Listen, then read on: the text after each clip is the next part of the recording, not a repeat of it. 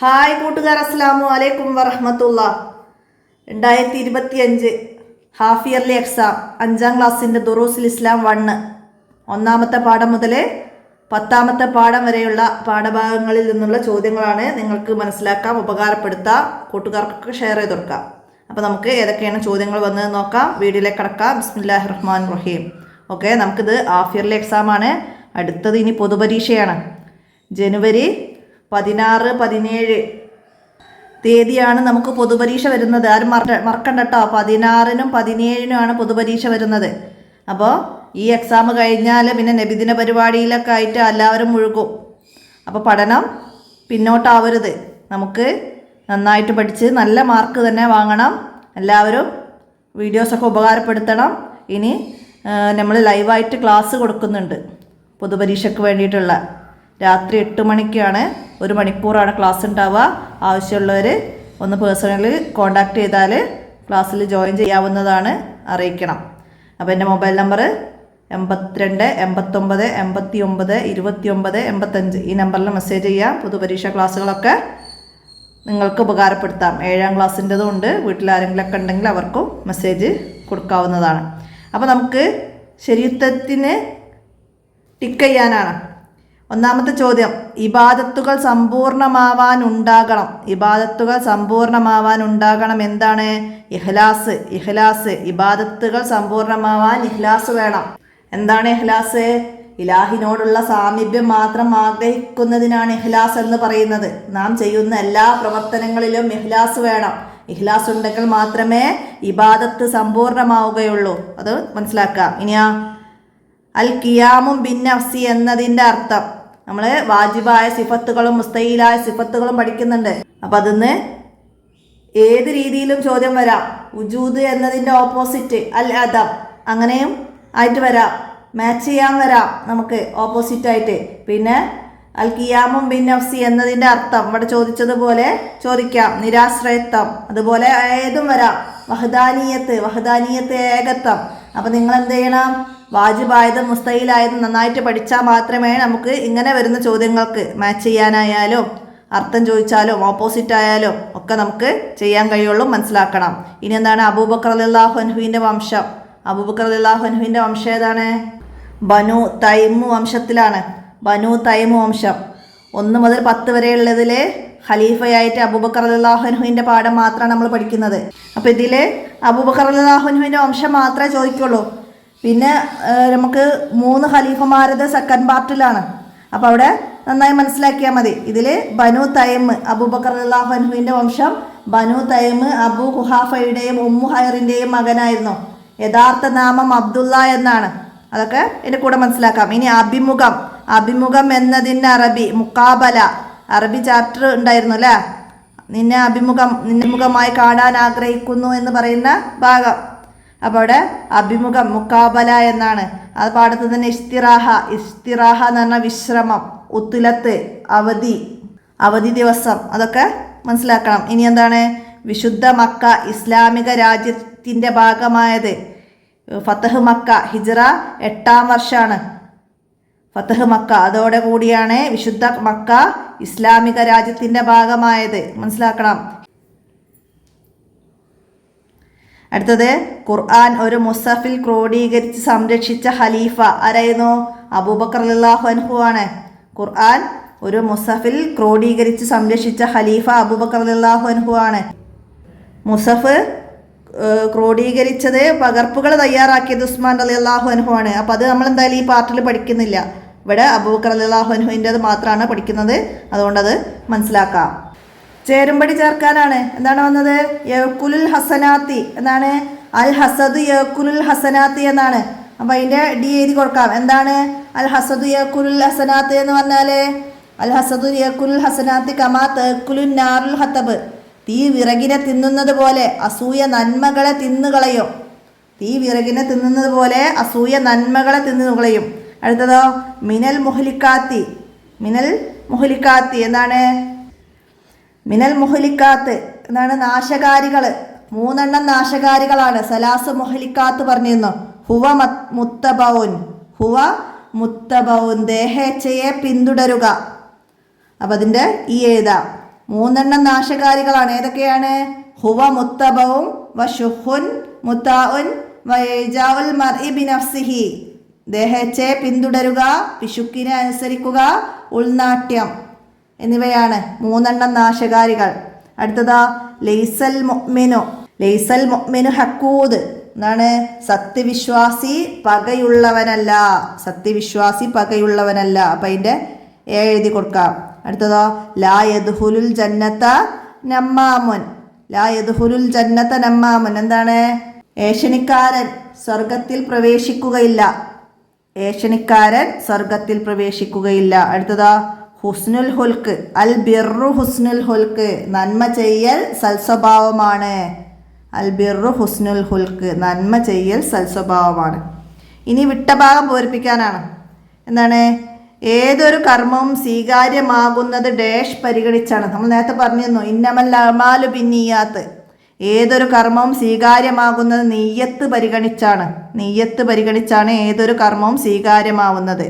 അല്ലാഹു തആല മനുഷ്യനു നൽകിയ ഡാഷിൽ ഏറ്റവും വലിയതാണ് സംസാരശേഷി. എന്താണ്?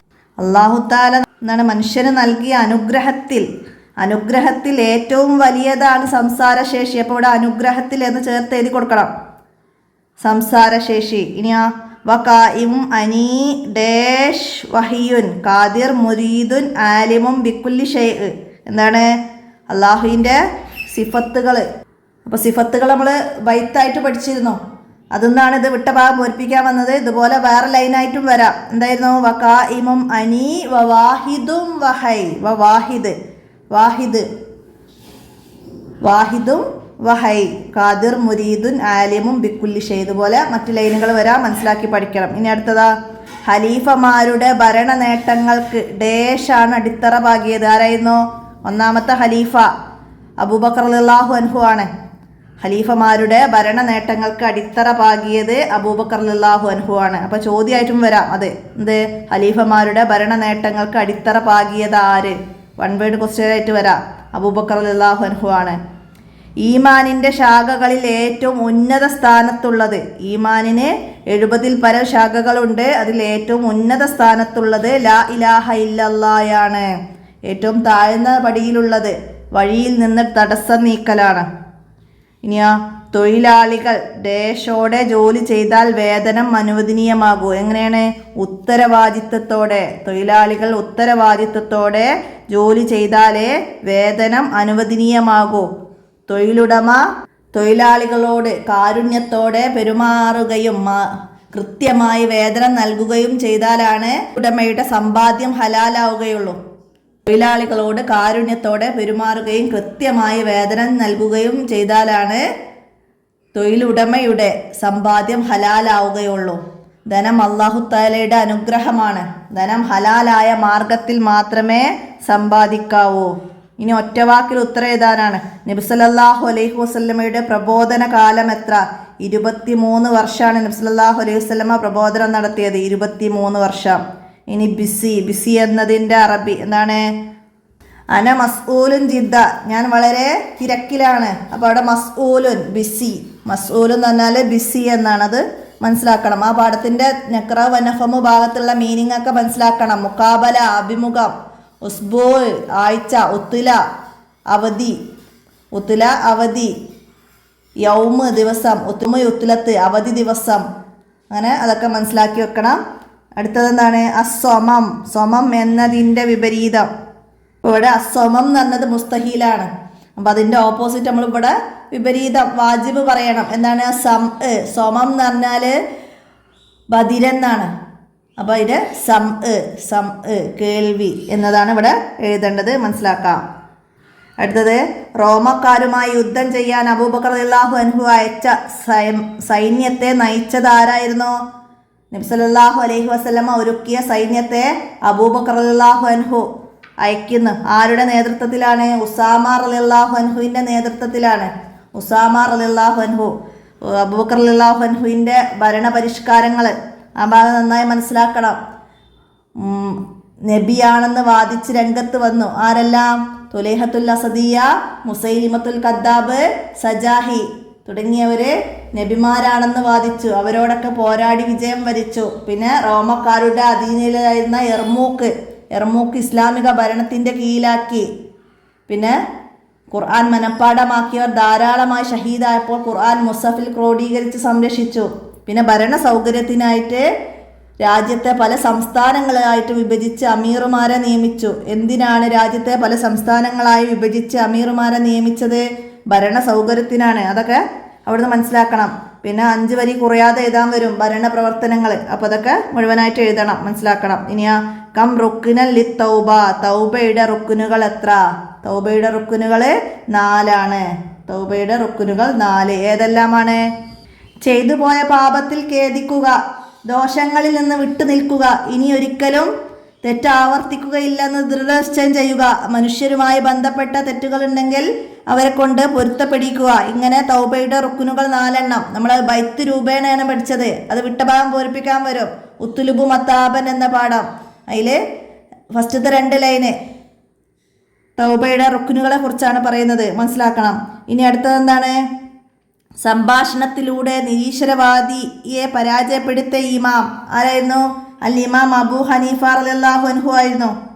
സംഭാഷണത്തിലൂടെ നിരീശ്വരവാദിയെ പരാജയപ്പെടുത്തിയത് അൽ ഇമാം അബൂ ഹനീഫ റളിയല്ലാഹു അൻഹു. ഇനി ഒറ്റവാചകത്തിൽ ഉത്തരം എഴുതാനാണ്.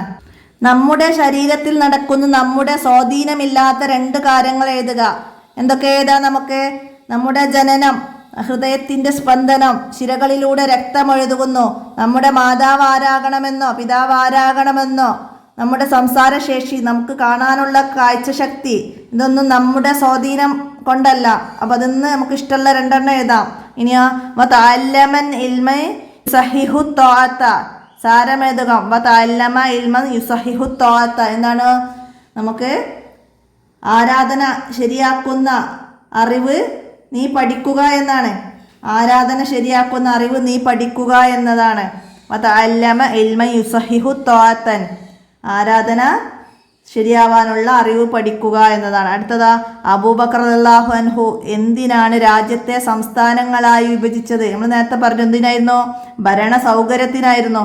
ഭരണ സൗകര്യത്തിനാണ് രാജ്യത്തെ സംസ്ഥാനങ്ങളായി വിഭജിച്ച് അമീറുമാരെ നിയമിച്ചത്. അടുത്തത് അല്ലാഹു താലാക്ക് ജായിസായ സിഫത്ത് ഏതാണ്? അല്ലാഹു താലാക്ക് ജായിസായ ഒരു സിഫത്താണ്.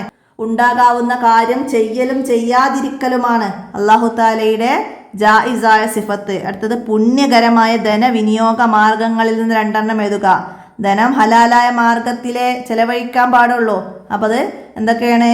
കുടുംബാംഗങ്ങൾക്ക് ഭക്ഷണം നൽകുക, പാവപ്പെട്ടവരെ സഹായിക്കുക, അങ്ങനെ നമ്മൾ പഠിച്ചിട്ടുണ്ട്. അപ്പം അതിന്ന് 2 എഴുതി കൊടുക്കാം. ഇനിയാ ഈമാൻ എന്നാൽ എന്ത്? ഈമാൻ എന്താണ്? നബി സല്ലല്ലാഹു അലൈഹി വസല്ലമ പരിചയപ്പെടുത്തിയ എല്ലാ കാര്യങ്ങളും വിശ്വസിക്കലാണ് ഈമാൻ. അവിടെ തന്നെ നമ്മൾ പഠിക്കുന്നുണ്ട് ആരാണ് മുഅ്മിൻ, ആരാണ്? നബി സല്ലല്ലാഹു അലൈഹി വസല്ലമ പരിചയപ്പെടുത്തിയ എല്ലാ കാര്യങ്ങളും വിശ്വസിച്ച് അത് മനസ്സിൽ ഉറപ്പിച്ച് വ്യക്തമാക്കി പറയുന്നവനാണ് മുഅ്മിൻ. അതോ മനസ്സിലാക്കാം. അടുത്തത് അബൂബക്കർ റളിയല്ലാഹു അൻഹുവിന് സിദ്ദീഖ് എന്ന പേര് ലഭിക്കാൻ കാരണം എന്തായിരുന്നു? നബി സല്ലല്ലാഹു അലൈഹി വസല്ലമ പറയുന്ന മുഴുവൻ കാര്യങ്ങളും അക്ഷരാർത്ഥത്തിൽ വിശ്വസിച്ചതിൻ്റെ പേരിലാണ്.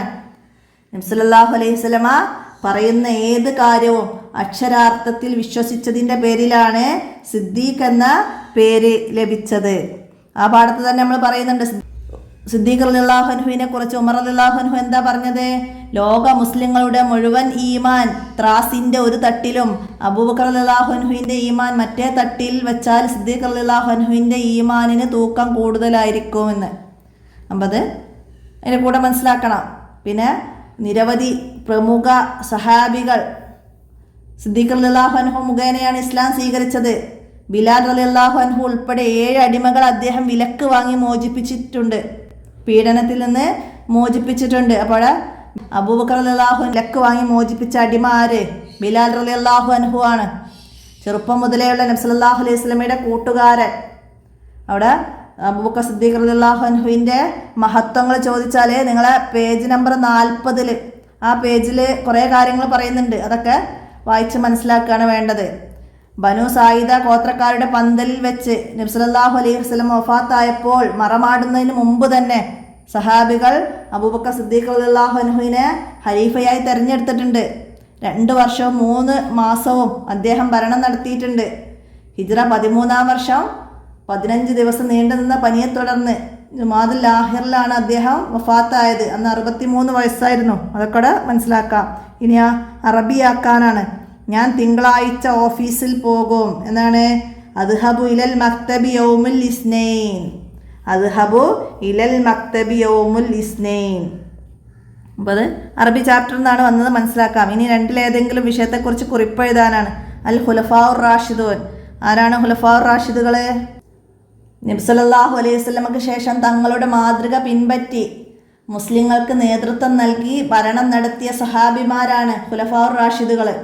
അവർ അബൂബക്കർ റളിയല്ലാഹു അൻഹു, ഉസ്മാൻ റളിയല്ലാഹു അൻഹു, അലി റളിയല്ലാഹു അൻഹു, ഉമർ റളിയല്ലാഹു അൻഹു, ഇങ്ങനെ 4 പേരാണ്. ഈ 4 പേരും ഖുറൈശികളാണ്. സ്വർഗം കൊണ്ട് സന്തോഷ വാർത്ത അറിയിക്കപ്പെട്ട സഹാബികളിൽ പ്രമുഖരാണ്. നബി സല്ലല്ലാഹു അലൈഹി വസല്ലമക്ക് ശേഷം ലോകം കണ്ട ഏറ്റവും ഉത്തമരായ ഭരണം ഈ 4 ഖലീഫമാരുടേതാണ്. 30 കൊല്ലത്തോളം നീണ്ടു നിന്നിട്ടുണ്ട് ഖലീഫമാരുടെ ഭരണം. അതൊക്കെ ചേർത്ത് എഴുതാം. തഖ്വ, നീതി, ലളിത ജീവിതം, വിനയം, ജനസേവനം മുതലായ സൽഗുണങ്ങളാൽ അവർ 4 പേരും ലോകത്തിന് മാതൃകയായിരുന്നു. ദീനീ കാര്യങ്ങളിൽ അവർ സൂക്ഷ്മത പുലർത്തിയിരുന്നു. നബി സല്ലല്ലാഹു അലൈഹി വസല്ലമ ഖുലഫാഉർ റാഷിദുകളെ കുറിച്ച് എന്തു പറഞ്ഞു? എന്താണ്? നിങ്ങൾ എൻ്റെ ചര്യയും എൻ്റെ ശേഷം വരുന്ന പ്രത്യേക മാർഗദർശനം ലഭിച്ച ഖുലഫാഉർ റാഷിദൂനയുടെയും ചര്യ മുറുകെ പിടിക്കുക.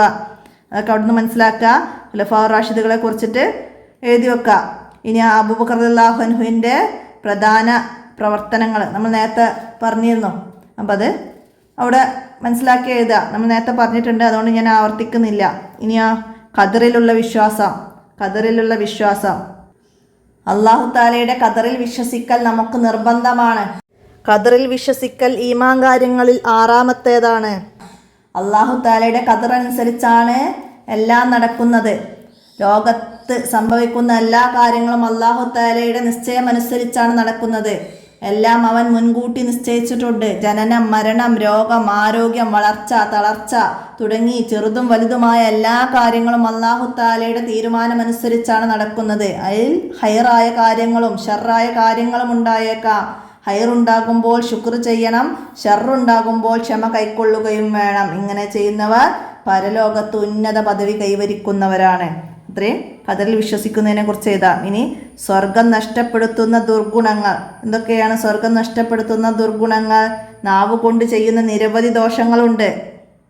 കളവ്, അഴീബത്ത്, നമീമത്ത്, പരിഹാസം എന്നിവ അതിൽപ്പെട്ടതാണ്. അതുപോലെ തന്നെ ഹൃദയം കൊണ്ട് സംഭവിക്കുന്ന നിരവധി തെറ്റുകളും. അന്യായമായ കോപം, പക, അസൂയ, അഹംഭാവം, ഉൾനാട്യം മുതലായവ ഹൃദയം കൊണ്ട് സംഭവിക്കുന്നതാണ്. തീ വിറകിനെ തിന്നുന്നത് പോലെ അസൂയ നന്മകളെ തിന്നുകളയും. അണുമണി തൂക്കം അഹങ്കാരമുള്ളവൻ സ്വർഗത്തിൽ കടക്കുകയില്ലെന്ന് നബി സല്ലല്ലാഹു അലൈഹി വസല്ലം പറഞ്ഞിട്ടുണ്ട്. 3 നാശകാരികളാണ്. ദേഹേച്ഛയെ പിന്തുടരുക, പിശുക്കിനെ അനുസരിക്കുക, ഉൾനാട്യം.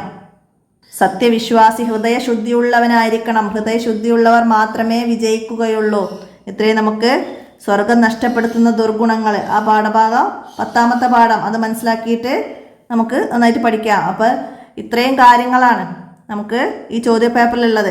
അപ്പോൾ ഈ പാഠഭാഗത്തിൽ നമുക്ക് 5 വരി കുറയാതെ വരാൻ ഏറെ കുറേ സാധ്യതയുള്ള ചോദ്യങ്ങൾ തന്നെയാണ് ഇതിൽ വന്നത്. അപ്പോൾ അത് നന്നായിട്ട് മനസ്സിലാക്കി പഠിക്കുക. ഇതിൽ ഇനിയിപ്പോൾ പ്രത്യേകമായിട്ട് നിങ്ങൾ പഠിക്കേണ്ടത് അബൂബക്കർ സിദ്ദീഖ് റളിയല്ലാഹു അൻഹുവിൻ്റെ മഹത്വം, അതുപോലെ നബി സല്ലല്ലാഹു അലൈഹി വസല്ലമയുടെ ഇസ്ലാമിക രാജ്യം, നബി സല്ലല്ലാഹു അലൈഹി വസല്ലമ വാർത്തെടുത്ത ഇസ്ലാമിക രാജ്യം നമ്മളെ 3-ാമത്തെ ചാപ്റ്ററിൽ അതിൽ പഠിക്കുന്നുണ്ട് നമ്മൾ കുറേ കാര്യങ്ങൾ. അതൊക്കെ മനസ്സിലാക്കിയിട്ട് ആ പാഠഭാഗത്തു നിന്ന് നമ്മൾ നന്നായിട്ട് മനസ്സിലാക്കി പഠിക്കണം. ഇത്രയാണ് ഇന്നത്തെ ചോദ്യപേപ്പറിൽ ഉൾപ്പെടുത്തുന്നത്. നമ്മൾ മുമ്പൊക്കെ പാഠങ്ങൾ ഒരുപാട് റിവിഷനായിട്ടൊക്കെ ചെയ്ത വീഡിയോസ് ഉണ്ട്. അതൊക്കെ എല്ലാവരും ഉപകാരപ്പെടുത്തണം. നന്നായിട്ട് പഠിക്കുക, ഉപകാരപ്പെടുത്തുക. കൂട്ടുകാർക്കൊക്കെ വീഡിയോ ഷെയർ ചെയ്ത് കൊടുക്കുക. നന്നായിട്ട് പരീക്ഷ ചെയ്ത് നല്ല മാർക്ക് ലഭിക്കാൻ അല്ലാഹു തൗഫീക്ക് നൽകട്ടെ. വീഡിയോ അവസാനിപ്പിക്കുകയാണ്. അസ്സലാമു അലൈക്കും വറഹ്മത്തുള്ളാഹി.